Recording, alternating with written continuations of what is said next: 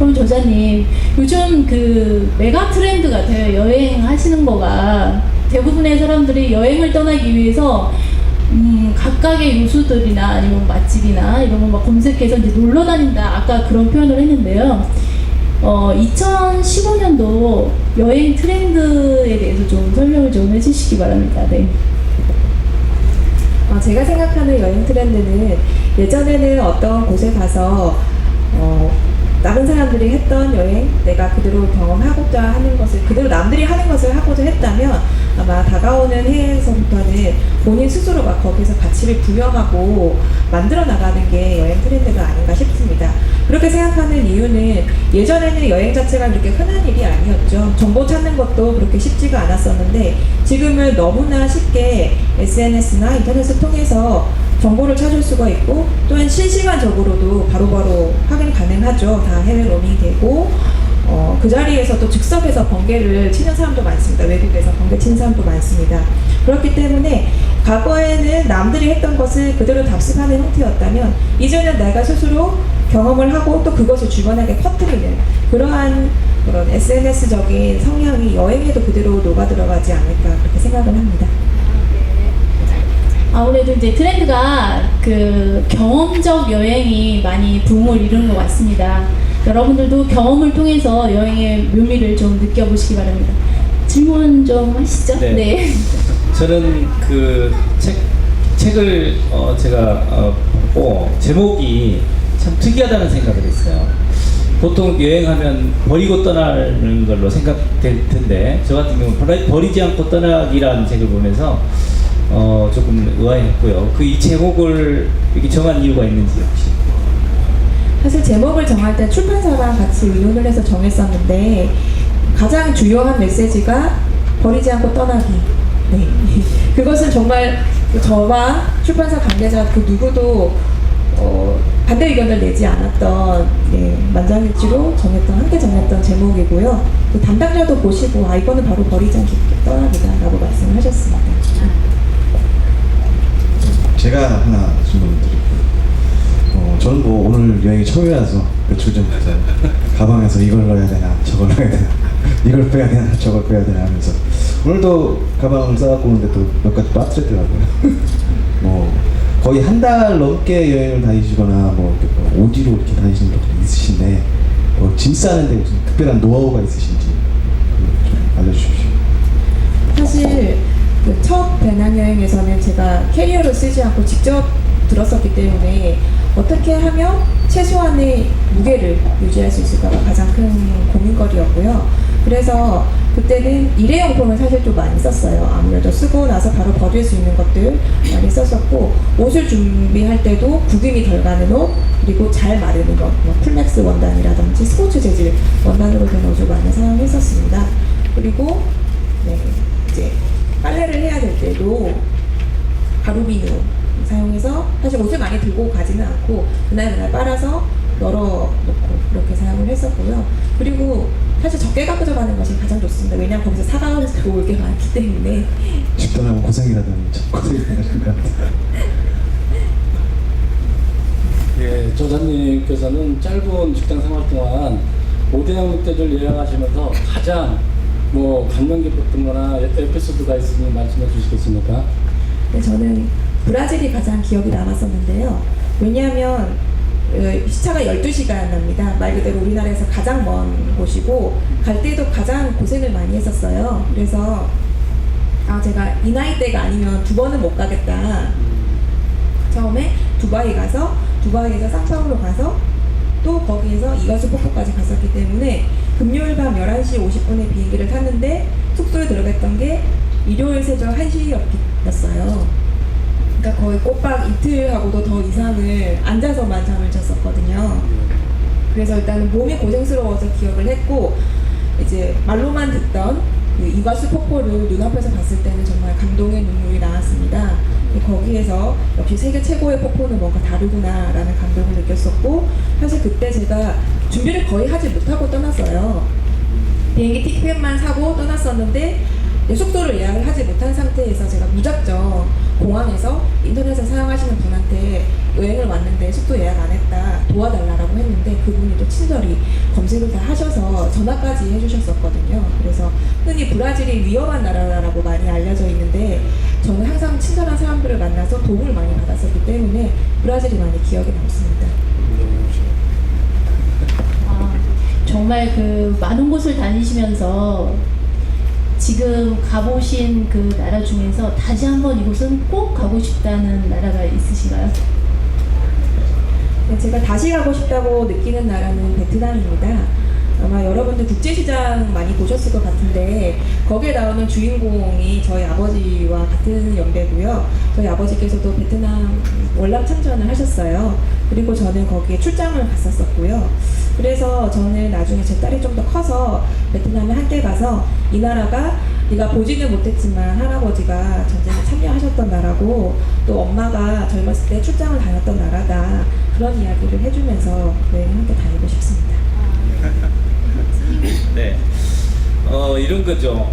저도 이제 여행을 조금 다니다 보면 미리 좀 준비하고 가면 편한 건 사실이죠. 그런데 지나 보면 고생했던 게 더 기억이 많이 남거든요. 그래서 만약에 저자님 같으면 누군가 이렇게 여행을 갔다고 한다면 준비 있는 여행을 보내고 싶으세요? 아니면 준비 없이 그냥 닥쳐라 이렇게 하고 싶으세요? 저는 혼자 간다면 뭐 준비 없이 그냥 닥치는 대로 해도 괜찮다라고 생각을 합니다. 왜냐하면 새로운 사람을 만날 수 있고 거기에서 또 새로운 경험을 할 수 있기 때문인데 뭐 가족과 함께 간다?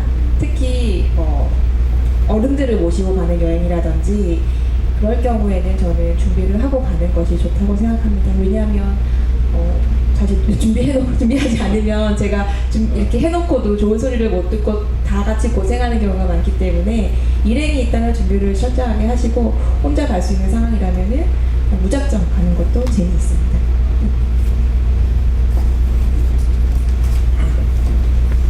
아니, 질문하실 거 예. 없으시다고요? 네, 질문하시라고요. 사실은 이게 마이크가 지금 여러 개가 준비해 있으면 같이 이렇게 핑퐁을 할 텐데 열악한 환경 속에서 그렇지만 이 선상 위에서 한다는 것이 정말 특이하고 좋은 것 같습니다. 네, 질문하시죠. 예, 질문을 해보는데 작가님께서 밴쿠버에서 토론토까지 72시간이라는 장시간 동안 그랜드하운드 버스를 타고서 여행을 하셨지 않습니까? 네. 그때 기분과 느낀 점이 있다면 이야기 좀 해주시겠습니까? 저는 그 당시에는 사실 그레이하운드 버스를 잘 몰랐었는데 여행을 끝나고 나서 한국에 와서 TV를 보니까 잘 못 사시는 분들이라든지 범죄자들이 그 버스를 많이 이용을 하더라고요. 아무래도 가격이 저렴해서. 그런데 저는 여행을 할 동안에는 그것이 뭐 위험하다거나 불편하다고 생각은 전혀 못했었고요. 하지만 두 번은 못하겠다. 한 번으로 충분하다라고 생각을 했었고 아무래도 좀 불편하긴 하죠. 하지만 계속 버스를 타면서 제 옆자리 사람이 바뀌는데 다양한 나라의 사람들, 여행객들을 만날 수 있는 것들이 또 재미있는 예상치 못한 요인이었습니다. 아, 그렇습니다. 생각만 해도 끔찍할 것 같아요. 72시간 동안, 장시간 동안 많은 걸 보고 이렇게 가지만은 힘들게 여행을 하셨구나라는 생각이 들더라고요. 네. 보통 사람도 첫인상하고 나중에 좀 사귀고 보면 좀 다른 사람들이 있잖아요. 그러니까 혹시 여행을 준비하시면서 그 나라에 대해서 뭐 이것저것 알아보고 그러다가 실제로 가보니까 이건 처음 느낌하고 나중에 나올 때 출국할 때 기분이 완전히 달랐던 그런 여행지 또는 에피소드가 있으셨는지. 저는 여행을 할 때 대도시보다는 자연환경이 특이한 나라를 굉장히 좋아하는데요. 그래서 남들이 가고 싶다라고 생각하는 뉴욕을 생각보다 좀 늦게 갔습니다. 그래서 남들은 뭐 영화에서 보면 항상 셀러브리티들이 뉴욕 거리를 걸어 다니고 그런 장면이 나오잖아요. 그래서 굉장히 대단한 대도시라고 생각을 했었는데 생각보다 여기 뭐 별거 아니네 약간 이런 생각. 그래서 왜 사람들이 이렇게 뉴욕에 열광을 할까 좀 그 부분이 저는 생각보다 여기는 해운대도 훨씬 좋고 네 그런 생각 때문에 생각보다는 좀 기대에 못 미쳤던 부분이었습니다. 아, 네. 어떻게 해외 여행을 가더라도 사실은 우리나라만큼 좋은 여행지가 없어요. 저도 우리나라를 다 곳곳이 못 가봤지만 갈 때마다 느끼는 건데요. 해외로 나가는 것보다 우리나라의 명소가 참 많다는 생각을 해요. 여러분들도 많이 좀 곳곳에 찾아다니시기 바랍니다. 네, 질문하시죠. 예. 그 여행을 다니다 보면 이런 게 있잖아요. 아, 나 이 나라에 살고 싶다. 우리나라에서 그 자꾸 여행을 다니다 보면 결국은 어느 나라에 살고 싶다라는 그런 느낌이 있을 것 같아요. 혹시 나중에 지금은 아니지만 나중에 어딘가 이렇게 살고 싶은 그런 나라 있으세요?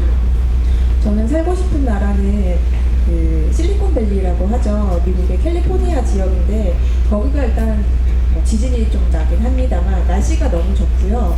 그리고 사람들이 그렇게 여유로운 생활이 참 보기 좋았습니다. 저녁 때가 되면 다 아이들하고 함께 저녁 식사를 하고 또는 아빠가 공원에서 아이들과 함께 농구를 하거나 야구를 하면서 놀아주는 장면도 많이 볼 수 있었거든요. 그래서 우리나라 직장인들 굉장히 바쁘잖아요. 사실 가족들하고 저녁 식사 일주일에 몇 번이나 하시는지 예, 그런 걸 봤을 때 조금 여유롭게 살고 싶은, 그리고 사실 캘리포니아 지역이 미국 내에서도 그 선호하는 지역 1위거든요. 집값이 비싸긴 합니다만 그래서 저도 기회가 된다면 거기서 살아보고 싶습니다.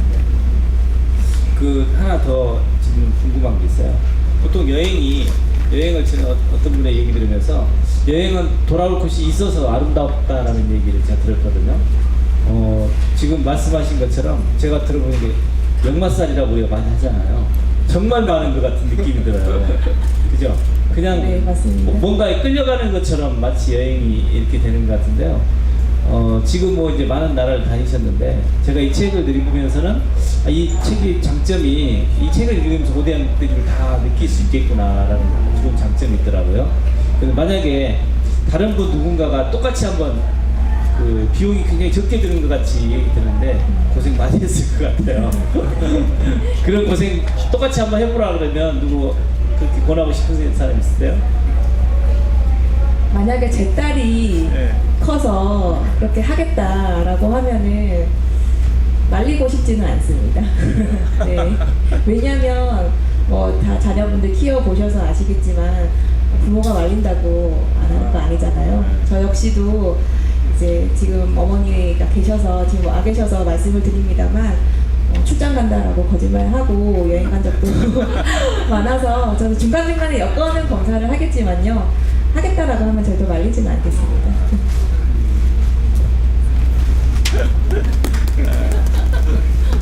네, 식상한 질문 한번 하겠습니다. 몽골 여행하면서 사전에 상당히 많은 준비를 하셨더라고요. 그 여행을 가기 앞서서 저희들이 준비할 사항이 있다면은 요것 좀 이야기 좀 부탁드리겠습니다.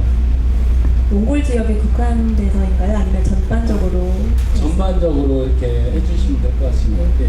일단 기본적으로 그 나라의 기후에 대해서는 체크를 하셔야 되고요. 왜냐하면 예상하지 못한 상태에서 갑자기 춥거나 덥거나 했을 때 옷을 사야 되는 경우가 있는데 현지에서 옷을 살 때가 제일 아깝습니다. 왜냐하면 우리나라 옷이 싸고 질이 좋은데 외국에서 사면은 대체로 비싸고 질이 안 좋은 경우가 많아요. 그래서 일단 기후 체크 꼭 하시고, 이제 본인이 어디 안 좋은 부분이 있다. 저는 알레르기성 비염을 앓고 있기 때문에 이렇게 먼지에 굉장히 민감합니다. 그래서 이제 뭐 먼지가 많다든지 그 나라의 특성 역시 기후하고 동일하게 할 수 있겠죠. 그 다음에 개인적으로 비상 상비약도 챙기시고, 그리고 지도 챙기시고, 네, 좀 그렇게 말씀드리겠습니다. 예, 참고하겠습니다. 네, 뭐 사실 뭐 궁금했던 거는 뭐 이렇게 철학적인 질문이 될지 뭐 언어학적인 질문이 될지 모르겠는데 뭐 비슷한 대답들이 대화 중에서 좀 나온 것 같아요. 여행하고 분명히 관광은 조금 다르거든요. 여행은 관광버스부터 타고 가거든요. 그래서 여행과 관광이 차이점이 있다면 뭐 어떤 걸로 생각하고 계시는지 뭐 조장님도 그렇고 패널님들이나 사회자님들도 있으시면 알고 싶습니다. 제가 먼저 말씀을 드리자면 관광은 그 한자에서도 나왔다시피 볼광자가 들어있잖아요. 그래서 일단은 보는 것에 많이 치중이 되어 있다라고 생각을 합니다. 그래서 때로는 이것이 책자라든지 또는 가이드에 의해서 수동적으로 이끌려가는 부분, 또는 다른 사람들이 여기 좋다라고 하더라 라고 하는 것에 대해서 굉장히 많이 의지하는 부분이 있는 반면에, 여행이라고 하는 것은 조금은 그 여행자의 주관적인 의지가 많이 포함되어 있지 않았나. 그래서 다른 사람들이 굳이 여기가 좋다라고 추천을 하지 않았지만, 알려지지 않은 곳이지만 내가 여기에서 특별한 경험을 했고 새로운 사람을 만나서 나의 마음이 좀 더 넓어졌다면 그것은 진정한 의미의 여행이라고 할 수 있겠습니다. 이건우 선생님은 어떻게 여행을 많이 다니시나요? 관광을 많이 다니시나요? 저는 관광을 많이 관광을 좋아하시는 이유는? 네. 고생하고 싶진 않아요. 그래서 풍족하게 먹고 네. 또 재미나게 보고 즐기고 네. 이런 걸 더 좋아하는 것 같아요. 아, 저는. 그렇구나. 양시정 선생님요? 네. 관광과 여행을 상당히 좋아하는 편이죠. 보고 느끼고 아름다움을 네. 항상 가슴에 담고 오고 싶은 충족감이 네. 있습니다. 그러니까 질문의 의도를 약간 오해하신 것 같네요. 여행을 많이 하세요? 그렇죠. 관광을 많이 하세요? 네, 관광을 많이 하죠. 네. 여행을 별로 안 하셔가지고 그죠? 오늘은 여행입니다. 관광 아니고 그죠? 맞죠? 네. 아, 그러면 네. 저도 오늘 여행을 하러 왔습니다. 여행은 예전에는 사실은 테마 여행 이런 것들이 굉장히 트렌드였었는데 지금은 지역 여행, 예, 그 지역의 모든 그 경험하는 것들, 체험하는 것들을 속속들이 알아서 가는 것이 여행이라고 봅니다. 저는 이제 그런 여행을 좋아하고요. 4월이면 3월 달서부터 이제 결혼 시즌이잖아요, 그죠? 네, 결혼들 다 하셨죠? 네. 대답 안 하시고요. 네. 총각입니다. 아, 총각이시죠? 그럼 구애 한번 하시는 걸로. 어떻게 마음에 드신 분 계세요? 방청객 분들 되게 많으셨네요. 저기 저 중앙에 계신 분 굉장히 아름다운 분 계시는데 어떻게 전화번호 따는 걸로? 네. 여행의 묘미는 또 이렇게 만남을 갖는 것도 굉장히 중요한 것 같습니다. 3, 4, 5월 달이 신혼여행의 피크잖아요. 근데 제가 어떤 기사를 봤는데 신혼여행을 가는 그 나라 중에 한국 그 사람들이 신혼여행을 제일 멀리 간대요. 왜 그럴까요? 네, 한국 사람 촌스러워서 그럴까요? 저자님, 신혼여행으로다가 꼭 가볼 만한 데를 좀 추천 좀 해주세요. 저는 하와이를 갔다 왔었는데요. 하와이를 일단 추천을 드립니다. 거기에는 사실 자유여행을 할 수도 있고 패키지 여행을 할 수가 있어서 본인이 원하는 스타일에 따라서 예산에 맞게 충분히 여행 스타일을 이렇게 스케줄을 짤 수가 있거든요. 그래서 저는 그 당시에 신혼여행 비용을 최대한 아껴서 쇼핑을 많이 하겠다. 그런 목적으로 이제 그때도 일본을 거쳐서 가는 비행기를 탔었고요. 그리고 호텔을 예약을 할 때도 역경매라는 방법으로 굉장히 저렴하게 예약을 했습니다. 이제 5성급 호텔을 거의 10만 원대에 예약을 했었는데 거기서 아낀 돈을 이제 쇼핑해서 불살랐죠. 근데 이제 주변 사람들 보면 패키지 여행 가셨던 분들 보면 또 이제 편안하게 준비를 하셨지만은 저와 비슷한 코스인데도 굉장히 돈을 한 2배, 3배 비싸게 내셨더라고요. 그래서 그런 걸 보면 하와이가 준비를 함에 따라서 편안하게 가려면 비용을 좀 더 쓰고 뭐 패키지를 하실 수도 있고 본인이 조금 더 준비를 많이 해서 자유여행으로 저렴하게 여행을 할 수 있어서 저는 추천하고 싶습니다. 시청자분들이 이 방송을 꼭 보셨으면 좋겠네요. 하와이도 똑같은 하와이가 아니라는 것을 지금 발견했어요. 왜냐면 어느 때는 저렴한 비용에 럭셔리한 여행이 될 수도 있고 어느 때는 럭셔리한 비용에 아주 저렴한 여행이 될 것 같은 그런 아주 유익한 정보를 주셨어요.